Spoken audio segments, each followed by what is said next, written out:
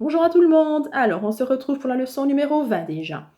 On va encore parler un peu de grammaire aujourd'hui et on va parler de l'attribut du sujet. Ça va? L'attribut du sujet, c'est un petit peu comme un complément de phrase, un complément circonstanciel, un complément du verbe. C'est ce qu'on doit souligner dans la phrase quand on cherche sa fonction. Ok? Alors, on va lire ensemble le petit rappel. L'attribut du sujet est une fonction de la phrase comme un complément circonstanciel, comme un complément du verbe. C'est pareil. Donc en fait, on a retrouvé tout simplement un groupe de mots ou un mot, parfois il n'y a qu'un mot, pour pouvoir le souligner et dire de quoi il s'agit. Donc on va souligner tout ça. L'attribut du sujet est une fonction dans la phrase. Vous savez que dans la phrase, il y a la fonction, donc sujet, verbe, complément. Il y a la nature, la classe de mots, quand on prend un mot à la fois et qu'on cherche si c'est un nom, un déterminant, un adjectif, un verbe, etc. Aujourd'hui, on travaille encore sur la fonction, comme lorsqu'on a fait la leçon sur le CDV, CIV. Ok? Donc, on surligne les trois lignes. L'attribut du sujet est une fonction dans la phrase comme un complément circonstanciel ou un complément du verbe. Ça va? Rappelle-toi. Nous avons appris ce qu'était un verbe d'état. Souviens-toi, nous avons parlé de ça il n'y a pas très longtemps. Il s'agit des verbes qui nous indiquent dans quel état nous sommes. Ça va? Et tous ces verbes d'état, on pouvait les remplacer par un seul verbe. Est-ce que vous en souvenez? C'était le verbe être. Ok? On a deux exemples. On va les lire ensemble. Le chien semble dangereux. Où se trouve le verbe? Le verbe, c'est semble. On va l'entourer en rouge. Semble est un verbe d'état. Pourquoi? Parce qu'il dit dans quel état est le chien. Et qu'en plus, je peux le remplacer par être. On essaye. Le chien est dangereux, ça fonctionne. Ok, donc c'est bien un verbe d'état. On l'entoure et on écrit au-dessus VE, verbe d'état. Ok? Deuxième phrase. Ma petite sœur paraît fatiguée. Le verbe, c'est paraît. Est-ce que ça me dit bien dans quel état est ma petite sœur? Mais oui, ça me dit qu'elle est fatiguée. Donc c'est bien un verbe d'état. J'essaie de remplacer par être. Ma petite sœur est fatiguée. Ça fonctionne. Donc j'écris VE au-dessus. Ok? Donc voilà, deux verbes d'état. On va écrire ici les plus courants. Souvenez-vous, on en avait listé quelques-uns en classe. Le premier, forcément, c'est le plus important, c'est être. On l'écrit en rouge, hein, ça va? Être. Ensuite, dans les deux phrases, on en a déjà. Sembler, paraître. Alors, il en reste d'autres. Est-ce qu'on s'en souvient? Devenir, rester, avoir l'air, demeurer, demeurer qui veut dire rester. 1, 2, 3, 4, 5, 6, 7 et on met 3 petits points. Ça, ce sont les 7 plus courants. Ok? Donc, je les répète et vous les écrivez si ce n'est pas encore fait. Être, sembler, paraître, devenir, rester, avoir l'air, demeurer. 3 petits points. Ok? Ils veulent tous dire un petit peu la même chose. On peut tous les remplacer dans la phrase par le verbe être. Ok? Et ça nous dit dans quel état est le sujet. Alors, on va reprendre la première phrase de tout à l'heure. Je l'avais écrite en dessous. Le chien semble dangereux. On va d'abord lire la première flèche, si on a oublié. L'attribut du sujet, c'est la qualité qui est attribuée au sujet. Ça veut dire, ça nous dit comment est le sujet. C'est un peu un adjectif en fait. Ça va? L'attribut du sujet, c'est la qualité qui est attribuée au sujet. Il est séparé du sujet par un verbe d'état. Si ce n'est pas un verbe d'état, il n'y a pas d'attribut. Ok? On va donc écrire sur la ligne état. Donc l'attribut du sujet, c'est la qualité qui est attribuée au sujet. Ça nous dit comment est le sujet. Il est séparé du sujet par le verbe d'état. Donc entre le sujet et l'attribut, j'ai au milieu un verbe d'état. Être, sembler, paraître, rester, etc. On va souligner tout ça au fluo. Donc l'attribut du sujet, c'est la qualité qui est attribuée au sujet. Il est séparé du sujet par un verbe d'état. Ok? Première flèche, on surligne tout. N'oubliez pas d'écrire verbe d'état. Alors, on reprend maintenant le premier exemple. Le chien semble dangereux. De nouveau, j'entoure le verbe d'état en rouge. Semble. J'écris VE au-dessus. D'accord? Le sujet, c'est quoi le sujet? Ben, le sujet, c'est le chien. On le sait bien. On peut le souligner en bleu. Ici, on met des couleurs juste pour la leçon. Hein. Donc, le chien, sujet. C'est même un groupe sujet. On va écrire GS, c'est encore plus correct. OK. Le verbe d'état, c'est semble. Comment est le chien? Il semble dangereux. Dangereux, c'est donc l'attribut du sujet. J'ai pris de nouveau du bleu pour le souligner et on écrit ATT pour attribut, point S, comme ceci. ATT.S, attribut du sujet. Ok, ça nous dit comment est le chien. Le chien, il semble dangereux. Ça va? Ok, donc vous voyez bien qu'ici, le sujet et l'attribut sont séparés par un verbe d'état. Alors, il arrive, comme dans les compléments du verbe, donc CDV, CIV, que l'attribut, je le remplace par un pronom. Dans ce cas-là, il va se trouver où? Ben, il va se trouver devant le verbe, entre le sujet et le verbe, comme lorsque c'est un CDV ou un CIV. Hein, on a appris ça. Le CDV et CIV qui sont remplacés par un pronom, je le retrouve entre le sujet et le verbe, au milieu des deux. Et bien, ici, ça va être la même chose. Je vais le remplacer par un pronom, il va se retrouver au milieu des deux. Alors, on lit la deuxième flèche. L'attribut du sujet, comme le complément du verbe, peut être pronominalisé. On surligne au fluo. L'attribut du sujet, comme les compléments du verbe, peut être pronominalisé. Ça veut dire remplacé par un pronom. Exemple. C'était la phrase du dessus. Le chien semble dangereux. J'ai enlevé dangereux, donc j'ai enlevé l'attribut du sujet et je l'ai remplacé par un pronom. Mais le pronom, je l'ai mis entre le sujet et le verbe. J'ai écarté, j'ai mis le pronom au milieu. Ça va? J'ai donc noté le chien le semble. Le, c'est l'attribut du sujet. J'entoure le et je vais mettre att.s. Ok? Donc l'attribut ici, il est représenté par un pronom. att.s. Je l'ai mis en dessous, on peut le mettre au-dessus, c'est pareil. Hein. On va de nouveau souligner en bleu le sujet et puis en rouge le verbe d'état. Donc le chien, groupe sujet.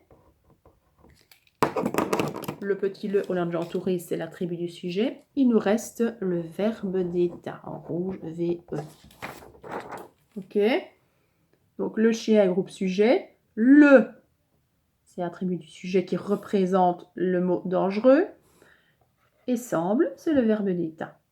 Ça va? Donc, quand il n'est pas pronominalisé, ben, il se trouve après le verbe, mais quand il est transformé, représenté par un pronom, il se trouve avant le verbe. Hein, il se trouve entre le sujet et le verbe. Comme lorsque c'est un complément du verbe, c'est la même chose. Hein. Ça va? Ok?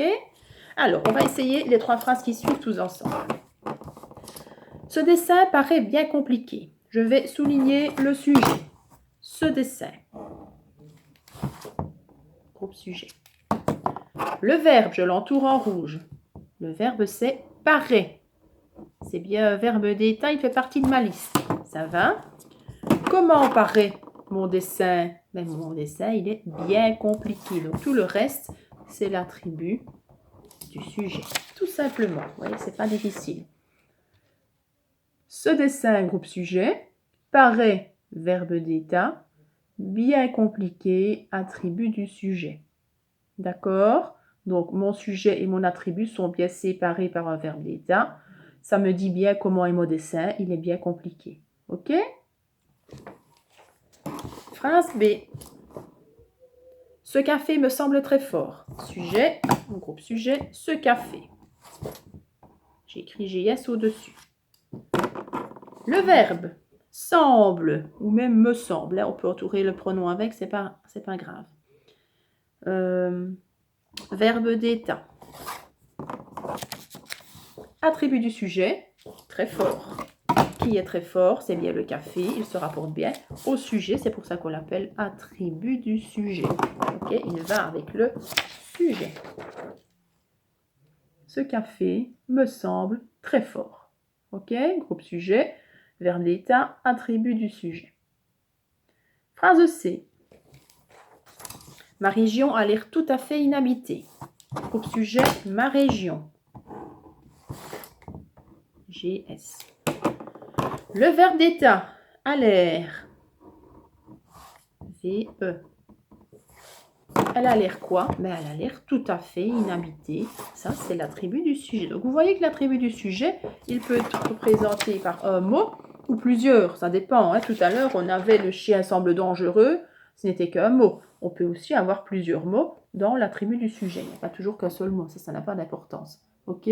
D'accord? Donc, groupe sujet, verbe d'état, attribut du sujet. Tout à fait inhabité.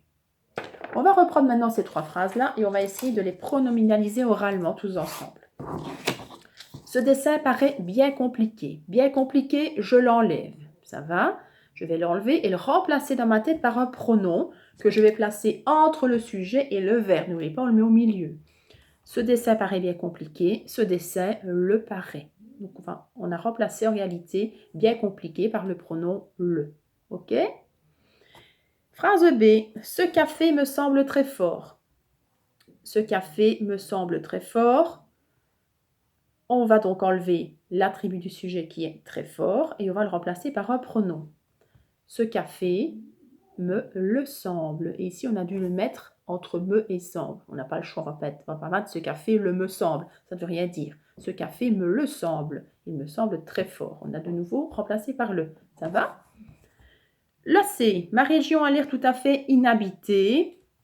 Ma région a l'air tout à fait inhabitée. J'enlève tout à fait inhabité. Ma région. Qu'est-ce qu'on va dire à la place de tout à fait inhabité? Ma région. Ma région. L'a l'air.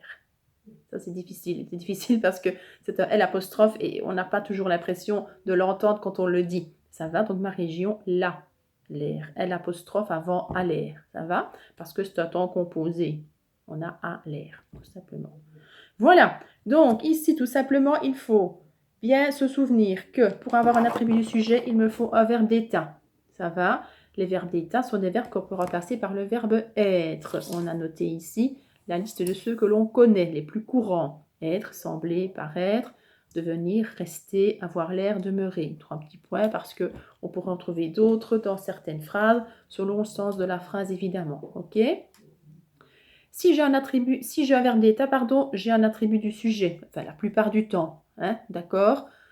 Il faut évidemment que ça qualifie mon sujet, ça veut dire que ça nous dise comment est mon sujet. Ok, ça va ensemble, c'est pour ça que ça s'appelle attribut du sujet. Et tout simplement, une fois que je l'ai trouvé, je le souligne, et si on me le demande, je le pronominalise, ça veut dire que je l'enlève, et je le remplace par un pronom que je mets entre le sujet et le verbe. Ça va? Voilà, petite leçon pas très longue. Maintenant, c'était simplement pour rappeler, parce que je sais qu'on en avait parlé, enfin, vous en aviez parlé un peu en 5e année, mais c'était loin. Donc, l'attribut du sujet, c'est la dernière fonction qu'on devait voir cette année. Donc, maintenant, on les a toutes revues. Hein. Nous avions revu, il n'y a pas longtemps, les compléments circonstanciels. La semaine dernière, les CDV, les CIV. Et aujourd'hui, l'attribut du sujet. Donc, bientôt, on vous refera un exercice avec toutes ces fonctions-là. On devra retrouver aussi le groupe verbal, le groupe sujet, pardon, le verbe et tous ses compléments. Ça va? Voilà, je pense que ça devrait bien se passer pour les exercices. Alors, les exercices, justement, sont les suivants. Exercice 1, si vous regardez avec moi, il faut tout d'abord, dans le premier, souligner le sujet. Je vous demande quand même de souligner d'abord le sujet et puis l'attribut du sujet. Comme ça, vous allez avoir plus facile. Si vous avez même envie de souligner le verbe pour vous aider, vous pouvez. C'est vous qui voyez. Ça va? Mais en tout cas, moi, je vais voir apparaître le sujet et l'attribut du sujet. Annote-les, évidemment. Si vous soulignez deux choses, il faut que je sache quel est le sujet, quel est le groupe sujet. Quel est le sujet, quel est l'attribut du sujet. Hein? Donc, soyez précis. OK? Exercice 2. Exercice 2, vous devez indiquer si les phrases contiennent bien un attribut du sujet en plaçant une croix dans la parenthèse. Donc, vous lisez la phrase. Si vous retrouvez un attribut du sujet, faites une croix. Si on n'a pas, mais vous ne faites rien dans la phrase. OK?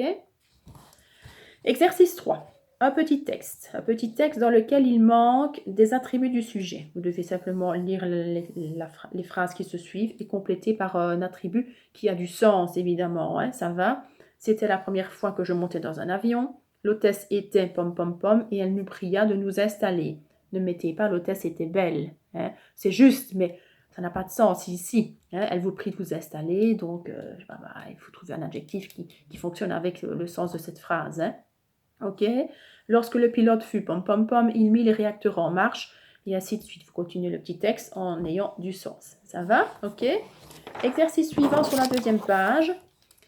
On vous donne un sujet. vous devez compléter par un verbe et un attribut. Donc forcément, ce sera un verbe d'état. Et après, vous mettrez un attribut du sujet. Si vous avez envie de mettre un attribut sous forme de pronom, vous pouvez. À vous de voir. Ok? Numéro 5. Souligne l'attribut et remplace-le par un pronom en recopiant la phrase. Il y a un exemple.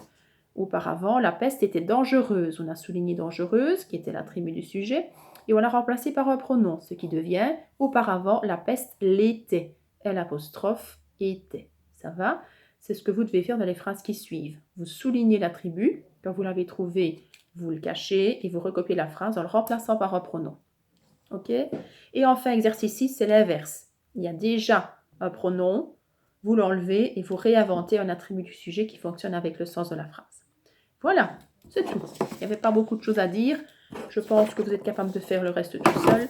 Donc, je vous laisse faire du bon travail. On se revoit très vite.